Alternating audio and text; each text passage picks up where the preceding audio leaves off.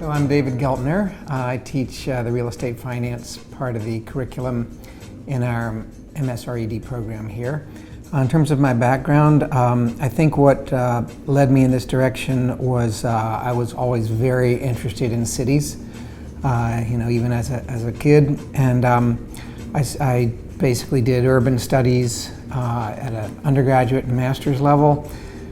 I got very interested in urban transportation in particular, transportation policy.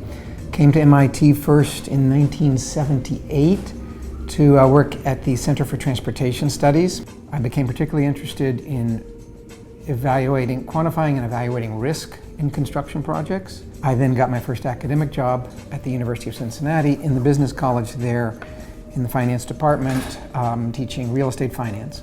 And I did that for 13 years. Then I got the call to come back here to MIT in 2002. My doctorate's in civil engineering, my undergraduate's in urban studies. So I'm kind of all over the map a little bit, but I think this is typical of a lot of real estate academics because real estate is a very interdisciplinary field. It's a very broad field, especially real estate development requires the integration, the synthesis of a number of different academic disciplines as well as practicing professions ranging from economics to finance to law to management, even sociology, even politics. I mean, everything is relevant to real estate.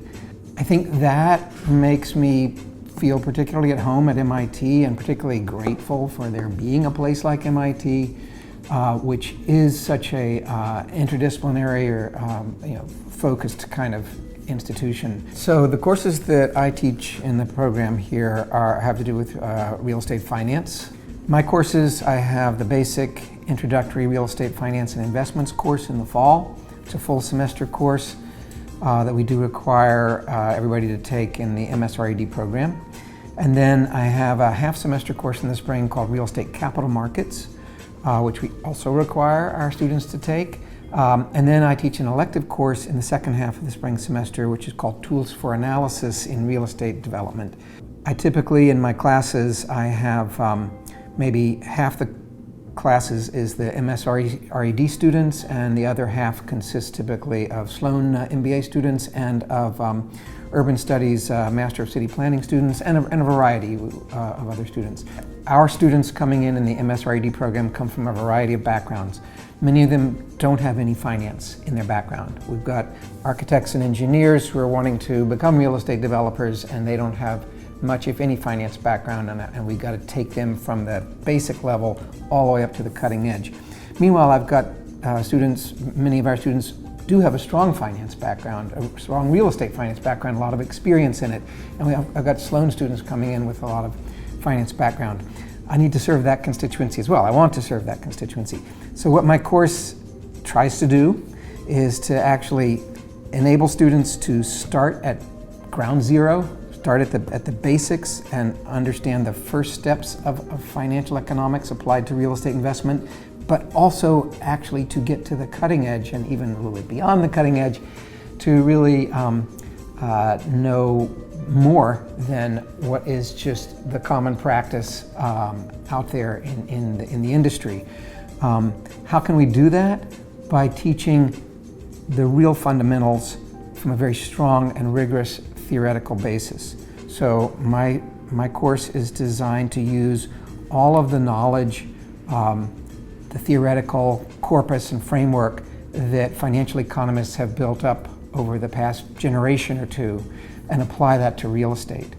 And so we have a method of teaching real estate finance that's pretty unique. I've written a textbook around this approach and of course based the class on the textbook, and it's one of the most widely used textbooks in the field. It's the first textbook, I believe, that was written explicitly for the graduate level in real estate finance. So my fall course focuses on the fundamentals of individual real estate assets, valuing individual real estate deals, and then the spring semester course, the first half semester course, is looking at the real estate capital markets. So that's looking at what I call the macro level, which is portfolios of large numbers of individual properties. And then my elective course in the latter half of the spring semester is really focused a lot on understanding the role of uncertainty in looking at real estate investments and real estate development projects, understanding and quantifying uncertainty and the concomitant value of flexibility to deal with uncertainty by building flexibility into the design and programming of real estate investments. And we model that rigorously and quantitatively using Excel, tools that you can do in Excel, using simulation modeling and real options modeling. The courses that I teach are more on the academic core side of things. So I'm teaching more sort of foundational principles, fundamental principles and methods and theory.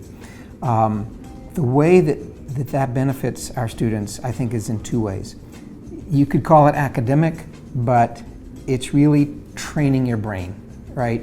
It's helping your brain to learn how to think rigorously and carefully. We've designed this curriculum to have different parts, and some parts of it are taught from a more practical and applied perspective. We have superlative adjunct faculty who are practicing professionals in their field, and they teach very much from the practical perspective. And sometimes they co-teach with an academic faculty member such as myself. The ability of students to take classes from one department to another, from one school to another, the ability of faculty to collaborate across. It particularly reflects the engineering culture that MIT is sort of founded on and that really permeates throughout MIT. Engineers, as you know, are very practical people. They are all about solving real problems in the real world. Whenever you have that kind of perspective and that kind of focus, you have to be interdisciplinary. And that's why I think MIT is such a great place to teach real estate.